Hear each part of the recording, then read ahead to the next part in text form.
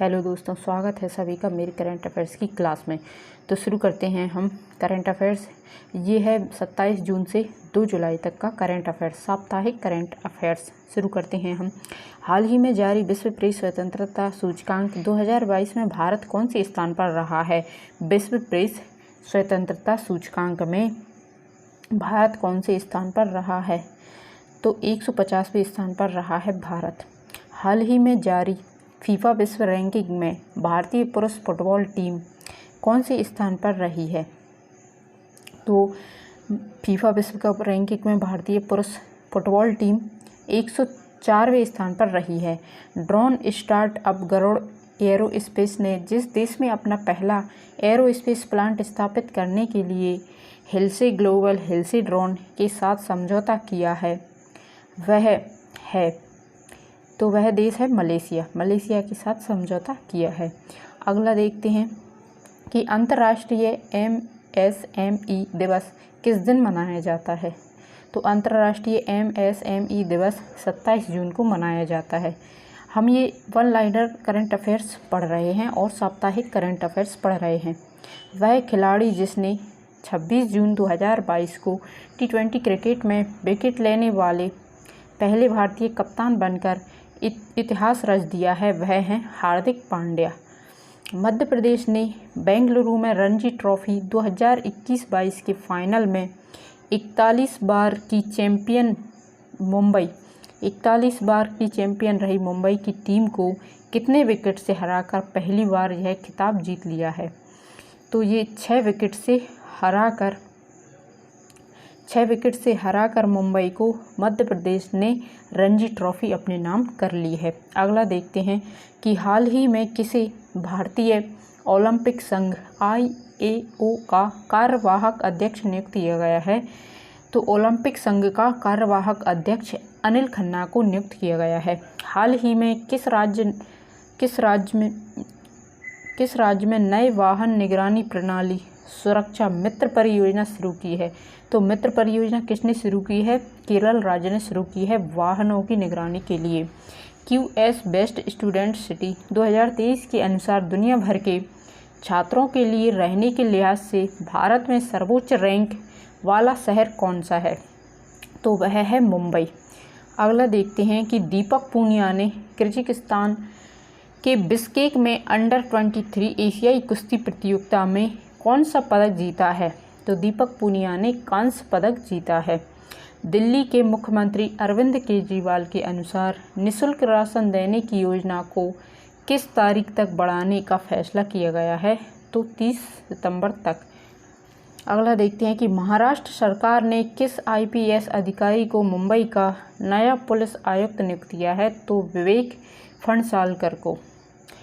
अगला देखते हैं डेयरी और पशुपालन मंत्रालय ने 28 जून 2022 को किस शहर में one health pilot project launch किया है?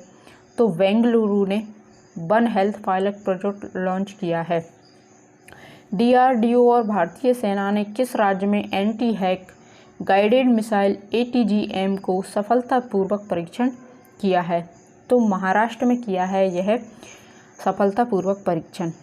अगला देखते हैं कि महाराष्ट्र के औरंगाबाद, यहाँ पर औरंगाबाद लिखा हुआ है, महाराष्ट्र के औरंगाबाद जिले का नाम बदलकर क्या रखा गया है? तो संभाजी नगर रखा गया है महाराष्ट्र के औरंगाबाद का नाम। अंतर्राष्ट्रीय क्षुद्र ग्रह दिवस किस दिन मनाया जाता है? अंतर्राष्ट्रीय क्षुद्र ग्रह दिवस किस दिन मनाया जाता है? तो 30 जून को अंतर्राष्ट्रीय क्षुद्र ग्रह दिवस मनाया जाता है। हाल ही में किस मंत्रालय ने मासिक भत्तों के वितरण के लिए पेरोल ऑटोमेशन PADMA का उद्घाटन किया, जो भारतीय तटरक्षक बल हेतु एक स्वचालित वेतन और भत्ता मॉड्यूल है? तो यह रक्षा मंत्रालय द्वारा उद्घाटन किया गया है। अगला देखते हैं नवीनतम लेसेंट अध्ययन के अनुसार वाहनों की तीव्र गति को रोकने हेतु उठाए गए कदम किस देश में सालाना 20,000 लोगों की जान बचा सकते हैं? तो भारत में नीरज चोपड़ा ने हाल ही में डायमंड लीग में शानदार प्रदर्शन करते हुए किस पदक पर कब्जा जमाया? तो वह रजत पदक है। रजत पदक हासिल किया है नीरज चोपड़ा ने। महाराष्ट्र के उप मुख्यमंत्री किसे नियुक्त किया गया है? महाराष्ट्र के उप मुख्यमंत्री देवेंद्र फडणवीस को नियुक्त किया गया है। राष्ट्रीय चिकित्सक दिवस किस दिन मनाया गया? तो 1 जुलाई को राष्ट्रीय चिकित्सक दिवस मनाया गया। महाराष्ट्र के नए मुख्यमंत्री कौन बने? तो महाराष्ट्र के मुख्यमंत्री एकनाथ शिंदे बने हैं। देश की अटॉर्नी जनरल के वेणुगोपाल का कार्यकाल केंद्र सरकार ने कितने महीने के लिए बढ़ाया है? तो यह 3 महीने के लिए और बढ़ाया है। अंतर्राष्ट्रीय संसदीय दिवस किस दिन मनाया जाता है? तो अंतर्राष्ट्रीय संसदीय दिवस 30 जून को मनाया जाता है। हाल ही में किस राज्य ने छोटे पैमाने पर कुटीर उद्योग विकसित करने हेतु जलकुंभी विषाक्त जलीय खरपतवार पौधा का उपयोग करके एक उत्कृष्ट उदाहरण स्थापित किया है? तो वह पश्चिम बंगाल ने।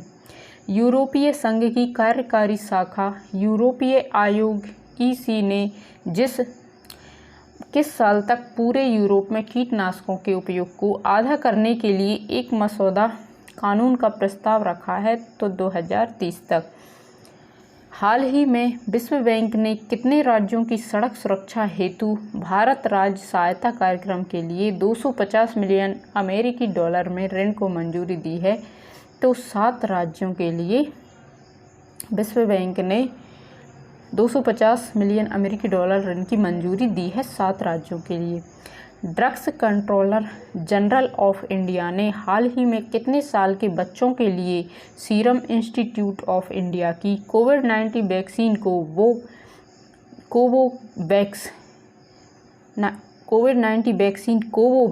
कोवोवैक्स को मंजूरी दी है? तो 7 से 12 साल के बच्चों को। वह देश जिसने बेलारूस की इस्कंदर-M मिसाइल सिस्टम स्थानांतरित करने की घोषणा की है?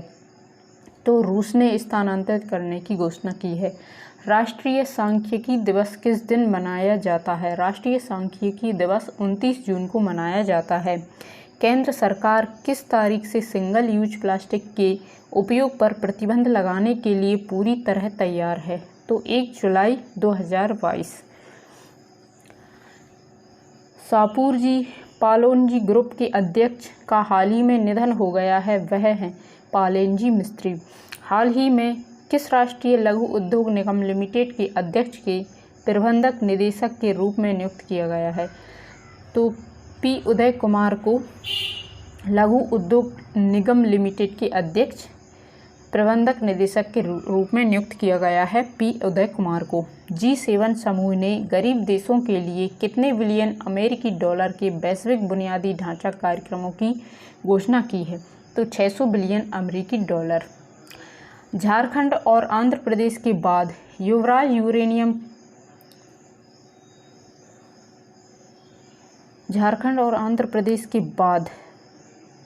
यहाँ पर ये गलत टाइपिंग हो गई है। यूरेनियम खनन में प्रवेश करने वाला तीसरा राज्य कौन बन गया है? तो राजस्थान यूरेनियम खनन में प्रवेश करने वाला तीसरा राज्य बन गया है। झारखंड और आंध्र प्रदेश के बाद तीसरा राज्य बन गया है यूरेनियम में। ये गलत टाइप हो गया है।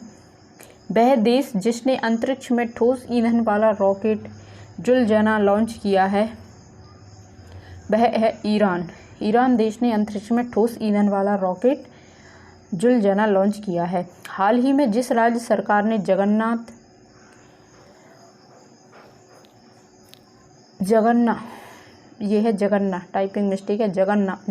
अम्बा बोडी, यहाँ पर बोडी है। जगन्ना अम्मा बोडी योजना के तहत 6,695 करोड़ रुपए जारी किए हैं, वह आंध्र प्रदेश है। इसका PDF आपको मेरे टेलीग्राम के चैनल पर मिल जाएगा। हाल ही में किस केंद्रीय प्रत्यक्ष कर बोर्ड CBDT का नया अध्यक्ष नियुक्त किया गया है? तो नितिन गुप्ता को। केंद्रीय प्रत्यक्ष कर बोर्ड CBDT का अध्यक्ष नितिन गुप्ता को नियुक्त किया गया है। केंद्र सरकार ने research and analysis wing raw प्रमुख सामंत गोयल का कार्यकाल कितने समय के लिए बढ़ा दिया गया है? तो 1 साल के लिए बढ़ा दिया गया है। हाल ही में federation of international cricketers association की पहली महिला अध्यक्ष बनी हैं, तो लिसा स्टालेकर। तो ये थे साप्ताहिक करंट अफेयर्स। थैंक यू दोस्तों।